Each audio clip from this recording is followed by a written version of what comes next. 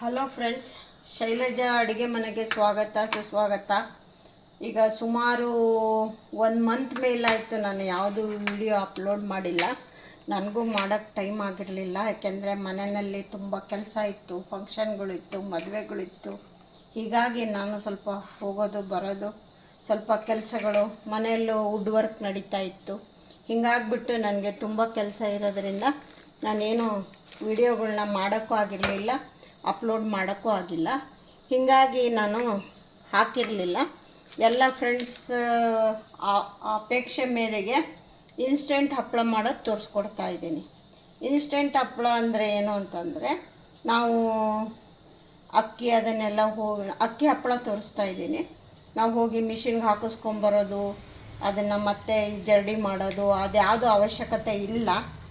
ಮನೆಯಲ್ಲಿ ನಿಮ್ಮ ಹತ್ರ ಯಾವ ರೈಸ್ ಇರುತ್ತೋ, ರೇಷನ್ ರೈಸ್ ಆಗಿರ್ಬೋದು, ನೀವು ಉಪಯೋಗಿಸ್ತಾ ಇರೋ ರೈಸ್ ಆಗಿರ್ಬೋದು, ಯಾವುದೇ ಆಗಿರ್ಬೋದು, ಆ ರೈಸನ್ನು 3 ದಿನ ಈ ಥರ ನೆನೆಸಿಡಿ. ಈ ಥರ ನೆನಿಬೇಕು ಚೆನ್ನಾಗಿ. 3 ದಿನ ನೈಟು ನೀರು ಚೇಂಜ್ ಮಾಡಿ ಇಡಬೇಕು. ಈಗ ನಾನು ಬೆಳಗ್ಗೆನೂ ಇದನ್ನೊಂದು ಸರಿ ವಾಶ್ ಮಾಡಿ ಇಟ್ಕೊಂಡಿದ್ದೀನಿ. ನಾನು ಎಷ್ಟು ಇಟ್ಕೊಂಡಿದ್ದೀನಿ ಅಂತಂದರೆ, 1/2 kg ರೈಸ್. 1/2 kg ಅಂತಂದರೆ 2 ಪಾವು ಅಂತ ಬರುತ್ತೆ. ಈ ಥರ ಪಾವಲ್ಲಿ 2 ಬರುತ್ತೆ. ನಾನು ಈ ಪಾವಿನ ಲೆಕ್ಕನೇ ಒಂದು ಗ್ಲಾಸ್ ಮಾಡ್ಕೊಂಡಿದ್ದೀನಿ. ಅದರಲ್ಲಿ ನಾನು ನೀರನ್ನ ಅಳತೆ ಮಾಡಿ ಹಾಕ್ತೀನಿ. ಇದು 2 ಗ್ಲಾಸ್ ಬರುತ್ತೆ. ಇದಕ್ಕೆ 2 ಗ್ಲಾಸ್ಗೆ ನಾನು 8 ಗ್ಲಾಸ್ ನೀರು ತಗೋತೀನಿ. ಅಂದರೆ 1 ಗ್ಲಾಸ್ ಅಕ್ಕಿಗೆ 4 ಗ್ಲಾಸ್ ನೀರು ಹಾಕ್ಕೋಬೇಕು.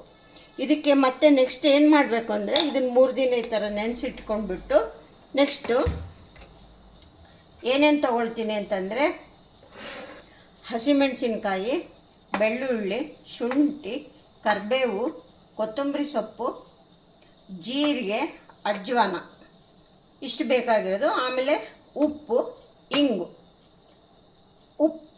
ನಿಮ್ಗೆ ಆಪ್ಷನಲ್ಲು. ಏಕೆಂದರೆ ಬೆಳ್ಳುಳ್ಳಿ ಹಾಕೋದ್ರಿಂದ ನೀವು ಇಂಗು ಹಾಕ್ಕೊಂಡ್ರೆ ಹಾಕೋಬೋದು, ಬಿಟ್ಟರು ಬಿಡೋದು ನಿಮ್ಮ ಇಷ್ಟ. ಇಲ್ಲ ಹಿಂಗೆ ಹಾಕಿದರೆ ಬೆಳ್ಳುಳ್ಳಿ ಬೇಡ, ಬೆಳ್ಳುಳ್ಳಿ ಹಾಕಿದರೆ ಹಿಂಗೆ ಬೇಡ, ಬೇಕಾದ್ರೆ ಎರಡೂ ಯೂಸ್ ಮಾಡ್ಬೋದು. ಆ ಥರ ಹಾಕೋಬೇಕು. ಈ ಫಸ್ಟಿಗೆ ನಾವು ಮೊದಲಿಗೆ ಏನು ಮಾಡಬೇಕು ಅಂತಂದರೆ, ಫಸ್ಟು ನೀರನ್ನ ಬಾಯ್ಲ್ ಮಾಡೋಕೆ ಇಡ್ತೀನಿ ಕುಕ್ಕರಲ್ಲಿ.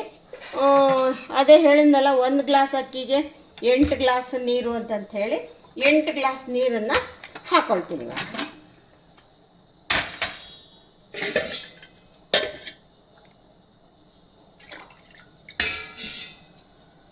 ಈ ಥರ 8 ಗ್ಲಾಸ್ ನೀರನ್ನು ಹಾಕ್ಕೊಳ್ಳೋದು. ಈಗ 8 ಗ್ಲಾಸ್ ನೀರು ಹಾಕ್ಕೊಂಡಿದ್ದೀನಿ. ಇವಾಗ ಸ್ಟವ್ ಮೇಲೆ ನಾನು ಇದನ್ನು ನೀರನ್ನು ಮರಳಕ್ಕಿಡ್ತೀನಿ. ಈಗ ನೀರನ್ನು ಮರಳಕ್ಕಿಟ್ಟಿದ್ದೀನಿ.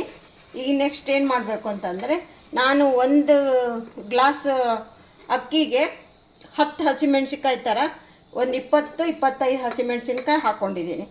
ಆಮೇಲೆ ಶುಂಠಿ ಒಂದು 2 ಇಂಚು ಶುಂಠಿ ಹಾಕ್ಕೊಳ್ತಾ ಇದ್ದೀನಿ. ಆಮೇಲೆ ಬೆಳ್ಳುಳ್ಳಿ ನೀವು ಒಂದು 2-3 ಗಡ್ಡೆ ಹಾಕ್ಕೊಳ್ಳಿ. ನಾನೆಲ್ಲ ಸುಲಿದಿಟ್ಕೊಂಡಿದ್ದೀನಿ. ಹಾಗೆ ಒಂದು ಅಂದಾಜು ಮೇಲೆ ನಾನು ಹಾಕ್ಕೊಳ್ತಾ ಇದ್ದೀನಿ. ನನಗೇನು ಬೆಳ್ಳುಳ್ಳಿ ಸ್ವಲ್ಪ ಜಾಸ್ತಿ ಇದ್ದರೂ ನಡೆಯುತ್ತೆ. ಹೀಗಾಗ್ಬಿಟ್ಟು ನಾನು ಉಪಯೋಗಿಸ್ತೀನಿ. ಇದನ್ನು ಹಾಕ್ಕೊಂಡ್ಬಿಟ್ಟು ಇದಕ್ಕೇನೆ ನಾವು ಏನು ಮಾಡಬೇಕು ಅಂದರೆ, ಕರಿಬೇವು, ಕೊತ್ತಂಬರಿ ಸೊಪ್ಪನ್ನು ಇದು ಸ್ವಲ್ಪ ತರಿ ಆಗಬೇಕು. ಇದು ತರಿ ಆದಮೇಲೆ ನೆಕ್ಸ್ಟ್ ಕರಿಬೇವು, ಕೊತ್ತಂಬರಿ ಸೊಪ್ಪು ಹಾಕ್ಕೊಂಡು ಅದನ್ನು ಸ್ವಲ್ಪ ತರಿ ಮಾಡ್ಕೋಬೇಕಷ್ಟೇ, ಜಾಸ್ತಿ ನೈಸ್ ಮಾಡ್ಕೋಬಾರ್ದು. ಇದನ್ನು ಏನಾಗುತ್ತೆ ಅಂದರೆ, ಹಪ್ಪಳ ನಮಗೆ ನೋಡೋಕ್ಕೆ ಸ್ವಲ್ಪ ಕಲರ್ ಬರುತ್ತೆ. ಹೀಗಾಗಿಬಿಟ್ಟು ಸ್ವಲ್ಪ ನಾವು ಆದಷ್ಟು ನೈಸ್ ಮಾಡಬಾರ್ದು. ಸುಮ್ಮನೆ ಹಾಗೆ ತರಿ ಅಂತ ಏನು ಹೇಳ್ತೀವಲ್ಲ, ಅಬಡ ಜಬಡ ಅಂತ, ಆ ಥರ ಅಬಡ ಜಬಡ ಮಾಡ್ಕೋಬೇಕು. ಇದನ್ನು ಫಸ್ಟ್ ಇದನ್ನು ಮಾಡ್ಕೊಂಬಿಟ್ಟು, ಇದಾದಮೇಲೆ ಲಾಸ್ಟಿಗೆ ಸ್ವಲ್ಪ ಕರಿಬೇವು, ಕೊತ್ತಂಬರಿ ಹಾಕ್ಬಿಟ್ಟು ಅದನ್ನು ಸ್ವಲ್ಪ ಅಬಡ ಜಬಡ ಮಾಡ್ಕೊಂಬರ್ತೀನಿ. ನೋಡಿ, ಬೆಳ್ಳುಳ್ಳಿ, ಶುಂಠಿ ಈ ಥರ ತರಿ ಮಾಡ್ಕೋಬೇಕು. ಇದಕ್ಕೇನೆ ಇವಾಗ ಕರಿಬೇವು ಹಾಕ್ತೀನಿ. ನಿಮಗೆ ಎಷ್ಟು ಬೇಕೋ ನೀವು ನೋಡ್ಕೊಂಡು ಹಾಕ್ಕೊಳ್ಳಿ. ಅದಕ್ಕೊಂದು ಅಂದಾಜು ಲೆಕ್ಕ ಇರುತ್ತಲ್ಲ, ಅಷ್ಟು ಹಾಕ್ಕೊಳ್ಳಿ. ನಾನು ಇದರಿಂದ ಒಂದು ಅರ್ಧ ಬಟ್ಲು ಹಾಕ್ಕೊಳ್ತಾ ಇದ್ದೀನಿ. ನೆಕ್ಸ್ಟ್ ಏನು ಮಾಡ್ತೀನಿ, ಈಗ ಕೊತ್ತಂಬರಿ ಸೊಪ್ಪು ಹಾಕ್ಕೊಳ್ತೀನಿ. ಕೊತ್ತಂಬರಿ ಸೊಪ್ಪು ಎಲ್ಲ ತೊಳೆದು ನೀಟಾಗಿ ರೆಡಿ ಮಾಡಿ ಇಟ್ಕೊಂಡಿರೋವಂಥದ್ದು.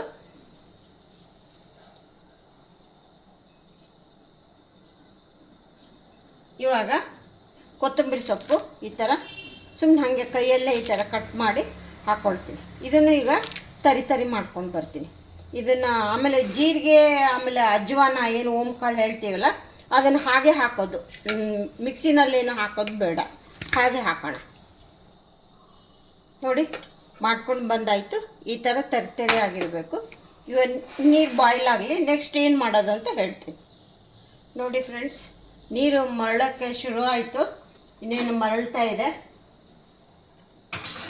ಗುಳ್ಳೆಗಳು ಬರ್ತಾ ಇದೆ. ಇವಾಗ ಏನು ಮಾಡಬೇಕು ಅಂದರೆ, ನೀರೀಗ ಚೆನ್ನಾಗಿ ಹೀಗೆ ಕಾದಾದಮೇಲೆ ಈಗ ನಾವೇನಿದು ತರ್ತರಿಯಾಗಿ ರುಬ್ಬಿಟ್ಕೊಂಡಿದ್ದೀವಲ್ಲ ಇದನ್ನು ಈಗ ನೀರಿಗೆ ಸೇರಿಸ್ಬೇಕು. ಈ ನೀರಿಗೆ ಸೇರಿಸಾದ್ಮೇಲೆ ನೆಕ್ಸ್ಟ್ ಅದಕ್ಕೆ ಜೀರಿಗೆ, ಅಜ್ವಾನ. ಈ ಜೀರಿಗೆ ಅಜ್ವಾನನ ನಾನು ಹಾಗೆ ಹಾಕ್ತೀನಿ. ಎಷ್ಟು ಹಾಕ್ತೀನಿ, ಒಂದು ಲೋಟಗೆ ಒಂದು ಮುಕ್ಕಾಲು ಟೀ ಸ್ಪೂನು ಅಂತಂತ ಇಟ್ಕೊಳ್ಳೋಣ, ಒಂದು ಅರ್ಧ ಅಂತ ಇಟ್ಕೊಳ್ಳೋಣ. 1 ಟೀ ಸ್ಪೂನ್ ಫುಲ್ ಜೀರಿಗೆ ಹಾಕ್ತಾಯಿದ್ದೀನಿ, ಸಾಕು. 1 ಟೀ ಸ್ಪೂನು ಎನಫ್. ಇವಾಗ ಅಜ್ವಾನನೂ ಅಷ್ಟೇ, ಅದನ್ನು ಹೆಚ್ಚು ಕಡಿಮೆ 1 ಸ್ಪೂನ್ ಹಾಕ್ಕೊಳ್ತಾ ಇದ್ದೀನಿ. ನೆಕ್ಸ್ಟು ಇದನ್ನೇನು ತರ್ತರಿಯಾಗಿ ರುಬ್ಬಿದ್ದೀವಲ್ಲ ಇದನ್ನು ಹಾಕೋಣ. ಇದನ್ನು ಹಾಕೊಂಡ್ಬಿಟ್ಟು ಸ್ವಲ್ಪ ನೀರು ಹಾಕಿ ತೊಳೆದು ಹಾಗೆ ಇದಕ್ಕೆ ಹಾಕೋಣ. ಈ ನೆಕ್ಸ್ಟು ಉಪ್ಪು ಹಾಕೋಣ, ರುಚಿಗೆ ತಕ್ಕಷ್ಟು ಉಪ್ಪು. ಏಕೆಂದರೆ ನಾವು ಹಪ್ಪಳದ ಖಾರ ಅಂತ ಹೇಳಿ ಉಪಯೋಗಿಸ್ತಾ ಇದ್ದೀವಿ, ಅದು ಸ್ವಲ್ಪ ಉಪ್ಪು ಥರನೇ ಇರುತ್ತೆ. ಹಿಂಗಾಗ್ಬಿಟ್ಟು ನೋಡಿಕೊಂಡು ಉಪ್ಪು ಸೇರಿಸ್ಕೊಳ್ಳಿ. ಸ್ವಲ್ಪ ಆದಷ್ಟು ಟೇಸ್ಟ್ ಮಾಡಿ ಹೇಗಿರುತ್ತೆ ಅಂತಂಥೇಳಿ. ತುಂಬ ಉಪ್ಪಾಗೋದು ಬೇಡ, ತುಂಬ ಕಡಿಮೆನೂ ಬೇಡ. ಏಕೆಂತಂದರೆ ಸ್ವಲ್ಪ ಕರೆಕ್ಟಾಗಿದ್ದರೆ ಏನಾಗುತ್ತೆ, ನಾವು ಡ್ರೈ ಮಾಡಿದ ಮೇಲೆ ಎಲ್ಲ ನೀರಿನ ಅಂಶ ಹೋಗಿಬಿಟ್ಟು ಉಪ್ಪು ಕರೆಕ್ಟ್ ಇದಕ್ಕೆ ಬರುತ್ತೆ. ನಾವು ರೈಸ್ಗೆ, ಮುದ್ದೆ ಮಾಡಿದ್ರೆ, ಏದಕ್ಕೆ ಮೊಸರನ್ನಕ್ಕೆ, ಇದಕ್ಕೆ ಎಲ್ಲ ನೆಂಚ್ಕೊಳ್ಳೋಕ್ಕೆ ತುಂಬ ಚೆನ್ನಾಗಿರುತ್ತೆ. ನೀವು ಮಾಡಿ ನೋಡಿ, ಟೇಸ್ಟ್ ಮಾಡಿ ನೋಡಿ, ಮಾಡಿಬಿಟ್ಟು ಹೇಗಿತ್ತು ಅಂತ ಹೇಳಿ ಆವಾಗ ಗೊತ್ತಾಗುತ್ತೆ. ಇವಾಗೇನು ಹಪ್ಪಳದ ಖಾರ ನಾನು ತೊಗೊಂಬಂದಿನಿ, ತೋರಿಸ್ತೀನಿ ಹಪ್ಪಳದ ಖಾರ ಅಂದರೆ ಹೆಂಗಿರುತ್ತೆ ಅಂತ. ಇದಕ್ಕೆ ನಾನಿವಾಗ 1/2 ಟೀ ಸ್ಪೂನ್ ಹಾಕ್ಕೊಳ್ತೀನಿ.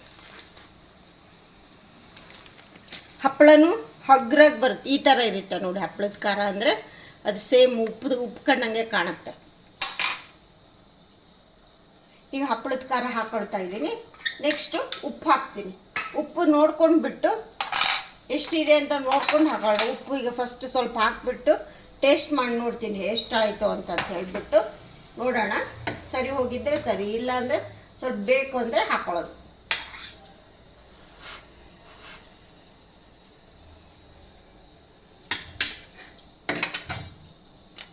ಇನ್ನು ಸ್ವಲ್ಪ ಬೇಕಾಗುತ್ತೆ. ಖಾರ ಎಲ್ಲ ಚೆನ್ನಾಗಿ ಆಗಿದೆ. ಇವಾಗ ನೆಕ್ಸ್ಟ್ ಇದಕ್ಕೆ ಏನು ಮಾಡಬೇಕು ಅಂತಂದರೆ, ಆಯಿತು ನೋಡಿ ನೀರು ಚೆನ್ನಾಗಿ ಮರಳ್ತಾ ಇದೆ. ಇವಾಗ ಇದನ್ನು ಈ ನೆನೆಸಿಟ್ಟಿರೋ ಅಕ್ಕಿನ ಹಾಕ್ತಾಯಿದ್ದೀನಿ. ನೋಡಿ ಚೆನ್ನಾಗಿ ಮರಳ್ತಾ ಇದೆ. ಇವಾಗ ನೀರೆಲ್ಲ ಬಸ್ತಿಟ್ಟಿದ್ದೀನಿ. ಘಾಟು ಮೆಣಸಿನ್ಕಾಯಿ ಎಲ್ಲ ಇದು ಅಕ್ಕಿನ ಇದಕ್ಕೆ ಹಾಕ್ತಾಯಿದ್ದೀನಿ. ಎಲ್ಲ ಹಾಕಾಯಿತು.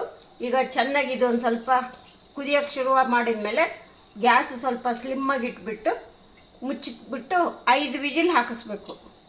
5 ವಿಜಿಲ್ ಹಾಕಿಸ್ಬಿಟ್ಟು ಅದು ಆಮೇಲೆ ಚೆನ್ನಾಗಿ ಕೂಲ್ ಆಗೋಕ್ಕೆ ಬಿಟ್ಟುಬಿಡಬೇಕು. ಚೆನ್ನಾಗಿ ಕೂಲ್ ಆದಮೇಲೆ ಓಪನ್ ಮಾಡಬೇಕು. ಅಲ್ಲಿವರೆಗೂ ಓಪನ್ ಮಾಡೋಕ್ಕೆ ಹೋಗಬಾರ್ದು.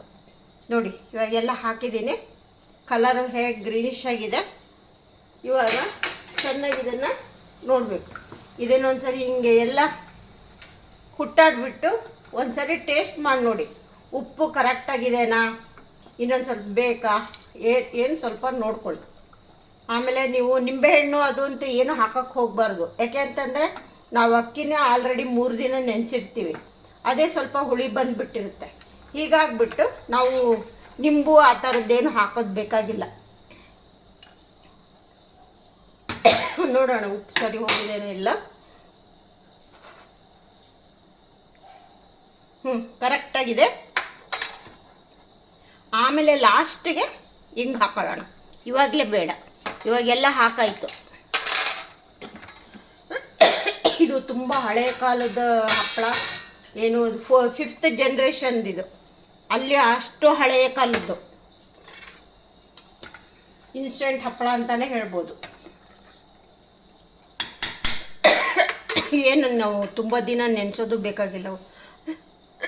ಅಪ್ಪ ಘಾಟ್ ಒಂದು ದಿನ ನೆನೆಸ್ಕೊಂಡ್ರೆ ಬೇಕಾದಷ್ಟು ಆಯಿತು. ನೈಟ್ ನೆನೆ ಹಾಕಿ ಬೆಳಗ್ಗೆ ಮಾಡ್ಕೊಂಡ್ರೂ ಬರುತ್ತೆ. ಇವಾಗ ನೋಡಿ ಚೆನ್ನಾಗಿ ಮರಳ್ತಾ ಇದೆ. ಈ ಗ್ಯಾಸು ಸ್ಲಿಮ್ಮಾಗಿ ಇಟ್ಬಿಟ್ಟು ಈಗ ಕುಕ್ಕರ್ ಮುಚ್ಚಿಬಿಡ್ತೀನಿ. ಮುಚ್ಚಿಬಿಟ್ಟು 5 ವಿಜಿಲ್ ಹಾಕ್ಸೋದು. 5 ವಿಜಿಲ್ ಹಾಕಿ ಆರಿದ ಮೇಲೆ ಏನಾಯಿತು ಅಂತ ನಾನು ನಿಮಗೆ ತೋರಿಸ್ತೀನಿ. ನೋಡಿ ಫ್ರೆಂಡ್ಸ್, ಈಗ 1 ವಿಜಿಲ್ ಆಯಿತು. ಈಗ ನೆಕ್ಸ್ಟ್ ಏನು ಮಾಡ್ತೀನಿ ಅಂದರೆ ಸ್ಲಿಮ್ಮಾಗಿ ಇಟ್ಬಿಡ್ತೀನಿ.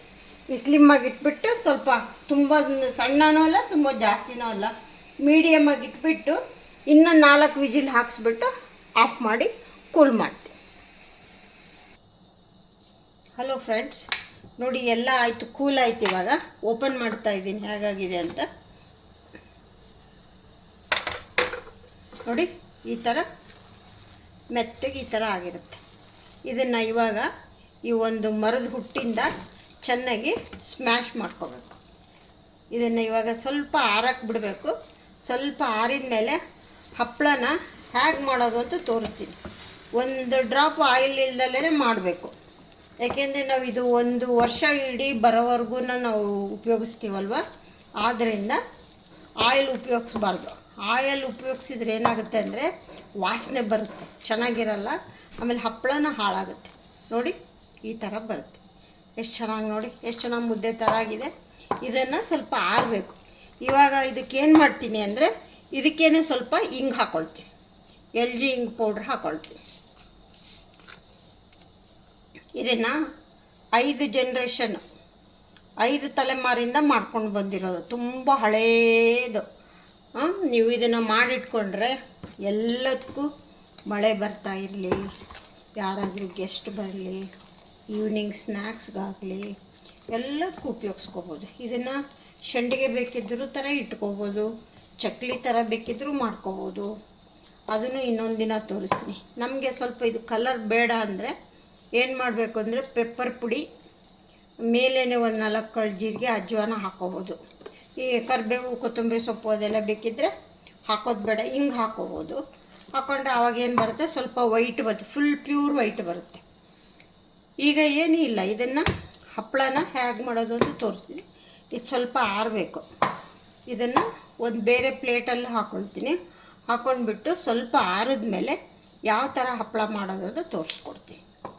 ಓಕೆ ಫ್ರೆಂಡ್ಸ್, ಇವಾಗ ಇದನ್ನು ಬೇರೆ ಒಂದು ಬೌಲಲ್ಲಿ ಒಂದು ಸ್ವಲ್ಪ ಶಿಫ್ಟ್ ಮಾಡ್ಕೊಳ್ತೀನಿ. ಏಕೆಂದರೆ ಇದರಲ್ಲೇ ಆದರೆ ಇನ್ನೂ ತುಂಬ ಹೊತ್ತು ಬೇಕಾಗುತ್ತೆ ಆರಕ್ಕೆ.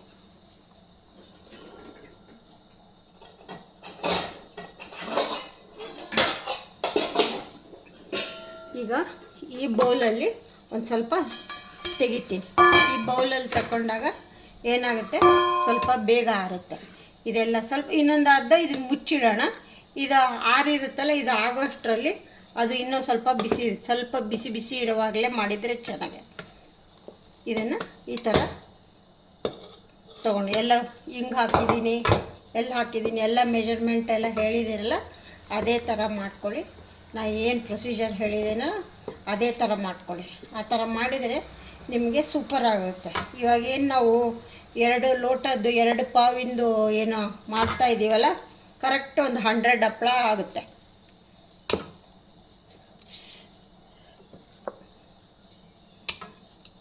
ಇದನ್ನು ಈಗ ಅರ್ಧ ಈ ಬೌಲಿಗೆ ಶಿಫ್ಟ್ ಮಾಡ್ಕೊಂಡಿದ್ದೀನಿ.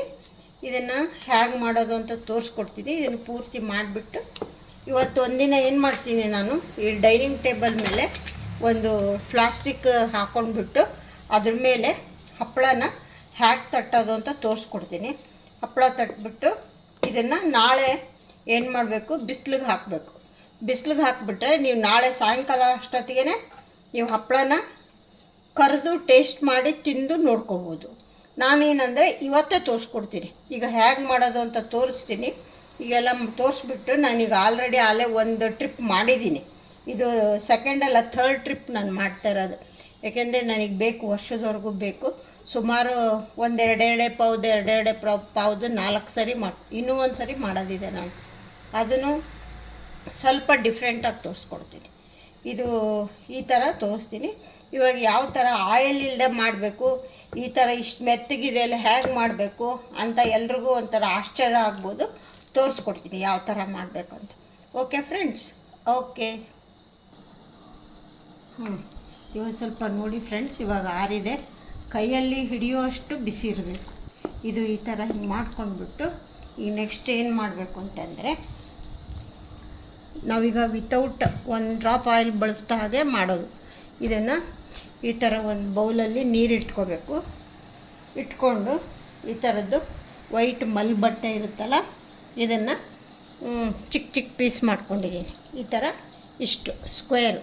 ಇದನ್ನೇನು ಮಾಡ್ತೀನಿ ಅಂದರೆ, ಇವಾಗ ನೀರಲ್ಲೇ ಅದ್ಕೋತೀನಿ. ಈ ಥರ ನೀರಲ್ಲಿ ಅದ್ಕೋಬೇಕು. ಈ ಥರ 2 ಪ್ಲೇಟ್ ಇಟ್ಕೊಂಡಿದ್ದೀನಿ. ಯಾವ ಥರ ಮಾಡೋದು ಅಂತ ತೋರಿಸ್ಕೊಡ್ತೀನಿ ಈಸಿಯಾಗಿ. ಇದು ಮೋಸ್ಟ್ಲಿ ಯಾರೂ ಮಾಡಿಲ್ಲ ಅನಿಸುತ್ತೆ. ಆಯಿಲ್ ಬಳಸ್ಬಿಟ್ಟು ಮಾಡ್ತಾರೆ ಎಲ್ಲರೂ. ನಾನು ವಿತೌಟ್ ಆಯಿಲ್ ತೋರಿಸ್ತಾ ಇದ್ದೀನಿ ಯಾವ ಥರ ಮಾಡೋದು ಅಂತ. ಏನು ಮಾಡಬೇಕು ಅಂತಂದರೆ, ಈಗ ಇದನ್ನು ಇಲ್ಲಿ ಇಟ್ಕೊಂಡ್ಬಿಟ್ಟು ಇದೇನಿದೆ ಇರುತ್ತಲ್ಲ, ನಾವು ಹಪ್ಪಳದ ಹಿಟ್ಟು ರೆಡಿ ಮಾಡ್ಕೊಂಡಿರೋದು, ನಾವು ಕೈಯಲ್ಲಿ ಹಿಡಿಯೋಷ್ಟು ಬಿಸಿ ಇರಬೇಕು.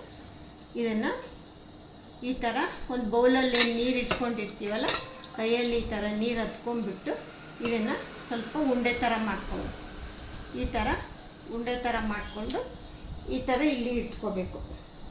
ಈ ಥರ ಇಲ್ಲಿ ಇಟ್ಕೊಂಡು ಇನ್ನೂ ಹತ್ತಿರದಿಂದಲೂ ತೋರಿಸ್ತೀನಿ.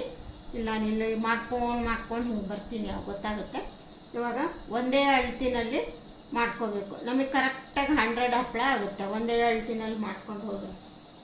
ಈ ಥರ ಮಾಡ್ಕೋಬೇಕು. ಈ ಥರ ರೌಂಡ್ಗೆ ಬಾಲ್ ಥರ ಮಾಡ್ಕೋಬೇಕು. ಈ ಥರ ರೌಂಡು ಬಾಲ್ ಥರ ಮಾಡಿಕೊಂಡು ಹೀಗೆ ಇಟ್ಕೋಬೇಕು. ಇಟ್ಕೊಂಡು ತೋರಿಸ್ತೀನಿ ನೋಡಿ. ಇದನ್ನೇನು ಉಂಡೆ ಥರ ಮಾಡ್ಕೊಂಡ್ವಲ್ಲ, ಇದನ್ನು ಇಟ್ಕೊಂಡು ಕೈಯಲ್ಲಿ ಸ್ವಲ್ಪ ಪ್ರೆಸ್ ಮಾಡ್ಕೋಬೇಕು. ಫಸ್ಟು ಈ ಥರ ಪ್ರೆಸ್ ಮಾಡ್ಕೊಂಡ್ಬಿಟ್ಟು ಇದನ್ನೇನು ನೀರಲ್ಲಿ ಅದ್ಕೊಂಡು ಇಟ್ಕೊಂಡಿರ್ತೀವಲ್ಲ ಬಟ್ಟೆನ,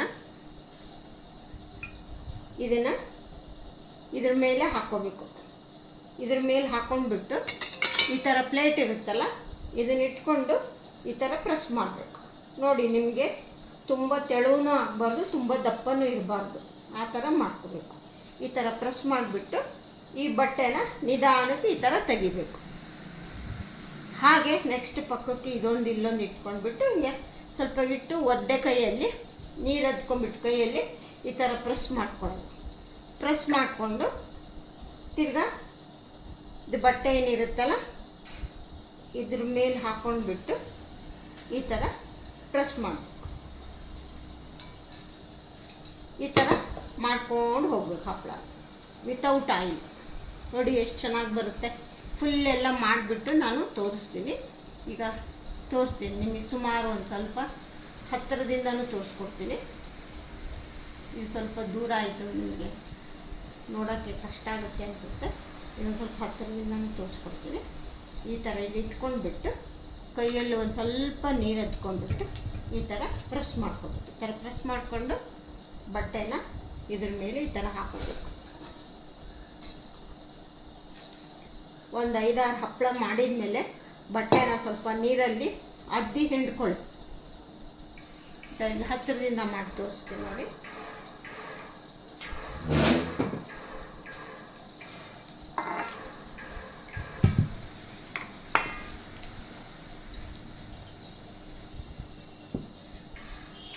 ಈ ಥರ ಕೈಯಲ್ಲಿ ಉಂಡೆ ಮಾಡ್ಕೋಬೇಕು.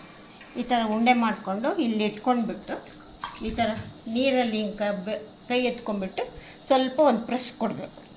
ಒಂದು ಪ್ರೆಸ್ ಕೊಟ್ಬಿಟ್ಟು ಈಗೇನು ಇದು ಒದ್ದೆ ಬಟ್ಟೆ ಇದೆಯಲ್ಲ ಇದ್ರ ಮೇಲೆ ಹಿಂಗೆ ಹಾಕಿಬಿಟ್ಟು ಇದನ್ನು ಪ್ಲೇಟಿಂದ ಹಿಂಗೆ ಪ್ರೆಸ್ ಮಾಡೋದು. ಜಸ್ಟ್ ಪ್ರೆಸ್ ಮಾಡಿ, ತುಂಬ ತೆಳುಗೂ ಬೇಡ, ತುಂಬ ದಪ್ಪನೂ ಬೇಡ. ಈ ಮೆತ್ತಗೆ ಈ ಥರ ತೆಗೆದು ಬಿಡೋದು ಅಷ್ಟೇ. 4-5 ಹಪ್ಪಳ ಆದಮೇಲೆ ಬಟ್ಟೆನ ನೀರಲ್ಲಿ ಅದ್ಕೋಬೇಕು, ಇಲ್ಲಾಂದರೆ ಬಟ್ಟೆಗೆ ಅಂಟ್ಕೊಳ್ಳುತ್ತೆ. ಈ ಥರ ಉಂಡೆ ಮಾಡ್ಕೋಬೇಕು. ಈ ಥರ ಮಾಡಿಕೊಂಡು ಇವತ್ತೆಲ್ಲ ಇದು ಫ್ಯಾನ್ ಆಗಲೇ ನಾಳೆ ಬೆಳಗ್ಗೆವರೆಗೂ ಈ ಥರ ಫ್ಯಾನಲ್ಲೇ ಬಿಟ್ಟಿರ್ತೀನಿ. ನಾಳೆ ಬೆಳಗ್ಗೆ ಬಿಸಿಲಲ್ಲಿ ಹಾಕ್ತೀನಿ. ಬಿಸಿಲಲ್ಲಿ ಹಾಕಿದಾಗ ಸಂಜೆವರೆಗೂ ನೀಟಾಗಿ ಡ್ರೈ ಆಗುತ್ತೆ. ಅದು ಯಾವ ಥರ ಡ್ರೈ ಆಗುತ್ತೆ ಅಂತ ತೋರಿಸ್ತೀನಿ. ಆಮೇಲೆ ಅದನ್ನು ಕರೆದ್ಬಿಟ್ಟು ತೋರಿಸ್ತೀನಿ. ಈಗ ಆಲ್ರೆಡಿ ನಾನು ಒಂದು ರೌಂಡ್ ಮಾಡಿ ಇಟ್ಟಿದ್ದೀನಿ. ಇದನ್ನು ಈ ಥರ ಪ್ರೆಸ್ ಮಾಡಬೇಕು.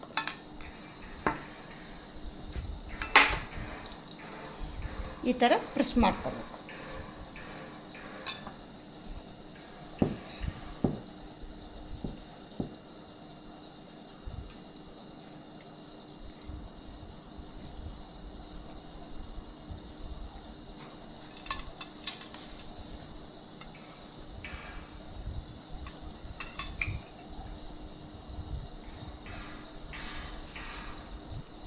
ಈ ಥರ ಒದ್ದೆ ಕೈಯಲ್ಲಿ ಮಾಡ್ಕೊಂಡ್ಬಿಟ್ಟು ಬಟ್ಟೆನ ಇದ್ರ ಮೇಲೆ ಹಾಕ್ಬಿಟ್ಟು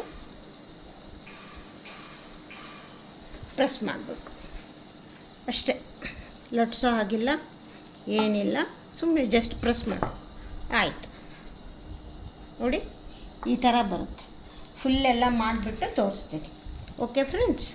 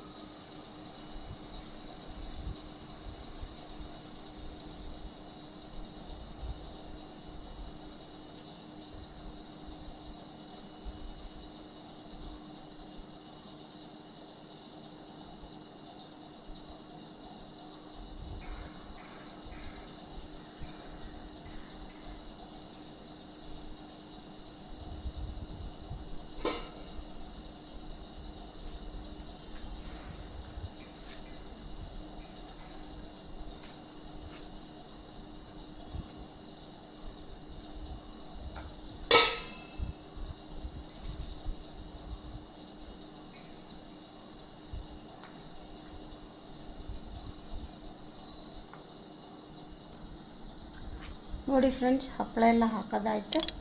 ಎಲ್ಲ ಈ ಥರ ಬಂದಿದೆ. ಇದನ್ನು ಈಗ ನೈಟ್ ಫುಲ್ ಇಲ್ಲೇ ಫ್ಯಾನ್ ಅಡಿಗೆ ಒಣಗಿಸ್ಬಿಟ್ಟು ಬೆಳಗ್ಗೆ ಬಿಸಿಲಿಗೆ ಹಾಕೋದು. ಬಿಸಿಲಿಗೆ ಹಾಕಿ ಒಣಗಿಸಿದ ಮೇಲೆ ಸಂಜೆ ನಾವು ಹಪ್ಪಳನ ಫ್ರೈ ಮಾಡ್ಕೋಬೋದು. ಇದನ್ನು ಮೊದಲೇ ಒಂದು ರೌಂಡ್ ಮಾಡಿಟ್ಟಿದ್ದೀನಿ. ಅದನ್ನೇ ಸ್ವಲ್ಪ ಇವಾಗ ನಿಮಗೆ ಫ್ರೈ ಮಾಡಿ ತೋರಿಸ್ತೀನಿ. ಮತ್ತು ನಾಳೆವರೆಗೂ ನೀವು ಕಾಯಬೇಕಾಗುತ್ತೆ. ಅದು ಬೇಡ, ಇವಾಗೇ ಮಾಡಿ ತೋರಿಸ್ತೀನಿ. ಆಲ್ರೆಡಿ ಒಂದು ರೌಂಡ್ ಮಾಡಿಟ್ಟಿದ್ದೀನಿ. ಈಗ ಅದನ್ನು ಯಾವ ರೀತಿ ಕಾಣಿಸುತ್ತೆ ನೋಡೋಕ್ಕೆ, ಮತ್ತು ಫ್ರೈ ಮಾಡಿದರೆ ಹೇಗಾಗುತ್ತೆ ಅನ್ನೋದು ಅದನ್ನು ತೋರಿಸ್ಕೊಡ್ತೀನಿ. ಓಕೆ ಫ್ರೆಂಡ್ಸ್, ನೋಡಿ ಫ್ರೆಂಡ್ಸ್, ಮಾರನೇ ದಿನ ಹಪ್ಪಳ ಡ್ರೈ ಆದಮೇಲೆ ಈ ಕಲರ್ ಬರುತ್ತೆ, ಈ ಥರ ಆಗಿರುತ್ತೆ. ಸ್ವಲ್ಪ ತೋರಿಸ್ತಾ ಇದ್ದೀನಿ, ಎಲ್ಲ ಎತ್ತಿಟ್ಟಿದ್ದೀನಿ, ತೋರಿಸ್ತಾ ಇದ್ದೀನಿ. ಇದನ್ನು ಫ್ರೈ ಮಾಡಿಬಿಟ್ಟು ತೋರಿಸ್ತೀನಿ ಹೇಗಾಗುತ್ತೆ ಅಂತ.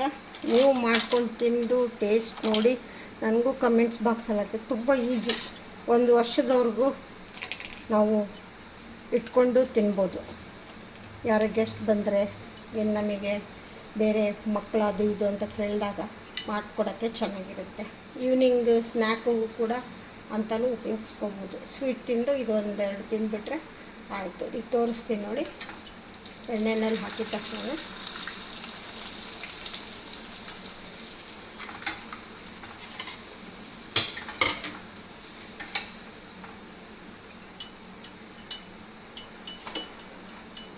ನೋಡಿ ಈ ಥರ ಬರುತ್ತೆ. ಈಗೆಲ್ಲ ತೋರಿಸ್ತೀನಿ ಫ್ರೈ ಮಾಡಿ.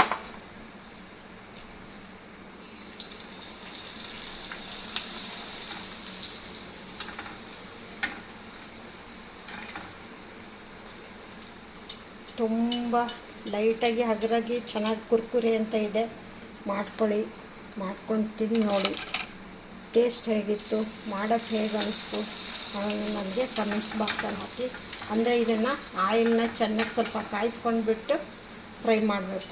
ಸುಮ್ಮನೆ ಲೈಟಾಗಿ ಸ್ವಲ್ಪ ಬಿಸಿ ಮಾಡಿಕೊಂಡ್ರೆ ಆಗೋಲ್ಲ. ನೋಡಿ ಎಷ್ಟು ಚೆನ್ನಾಗಿ, ಎಷ್ಟಾಗ ಅಗ್ಲಕ್ಕೆ ಎಷ್ಟು ಚೆನ್ನಾಗಿ ಬರುತ್ತೆ. ಈ ಥರ ಆಗುತ್ತೆ.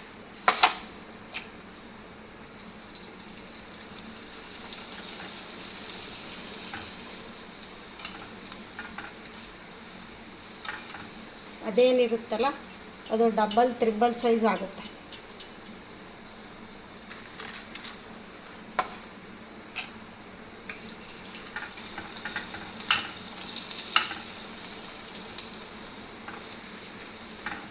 ಎಲ್ಲಕ್ಕೂ ಇಷ್ಟ ಆಗಿದೆ ಅನ್ಕೋತೀನಿ. ಇಷ್ಟ ಆಗಿದ್ದರೆ ಒಂದು ಲೈಕ್ ಕೊಡಿ, ಫ್ರೆಂಡ್ಸ್ಗೆಲ್ಲ ಶೇರ್ ಮಾಡಿ. ಇದು ಎಲ್ಲ 5th ಜನ್ರೇಷನ್ನವ್ರಿಗೂ ಮಾಡಿರೋದು. ಅಜ್ಜಿ ಮುತ್ತಜ್ಜಿ ಅವ್ರಿಗಿಂತ ಹಳೆಯ ಕಾಲದ್ದು ರೆಸಿಪಿ ಇದು. ನಿಮಗೆ ತೋರಿಸ್ಕೊಡ್ತಾ ಇದ್ದೀನಿ. ಮಾಡ್ಕೊಳ್ಳೋಕ್ಕೂ ತುಂಬ ಈಸಿ. ಆಮೇಲೆ ಯಾರೂ ಬೇಡವೋ ಬೇಡ, ಒಬ್ಬರೇ ಮಾಡ್ಕೋಬೋದು ಆರಾಮಾಗಿ.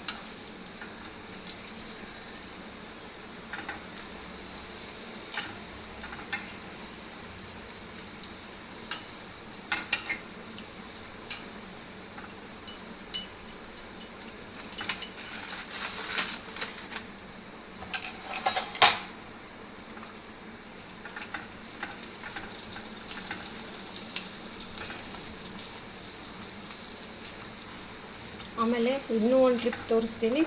ಇನ್ನೂ ಸ್ವಲ್ಪ ಇದರಲ್ಲೇ ಡಿಫ್ರೆಂಟಾಗಿ ಮಾಡ್ಕೊಳ್ಳೋದು ತೋರಿಸ್ತೀನಿ. ಕೆಲವ್ರಿಗೆ ಆ ಥರ ಇಷ್ಟ ಆಗ್ಬೋದು, ಕೆಲವ್ರಿಗೆ ಈ ಥರ ಇಷ್ಟ ಆಗ್ಬೋದು. ಯಾವ್ರಿಗೆ ಯಾವುದು ಇಷ್ಟ ಆಗುತ್ತೋ ಅದು ಮಾಡ್ಕೊಬೋದು. ನೋಡಿ ಈ ಥರ ಮಾಡ್ಕೊಂಡಾಗ ಹಿಂಗೆ ಬರುತ್ತೆ. ಎಷ್ಟು ಚೆನ್ನಾಗಿ ಕುರ್ಕುರೆ ಅಂತ ಶಬ್ದ ಹೆಂಗಿರುತ್ತೆ ತೋರಿಸ್ಕೊಡ್ತೀನಿ ನೋಡಿ.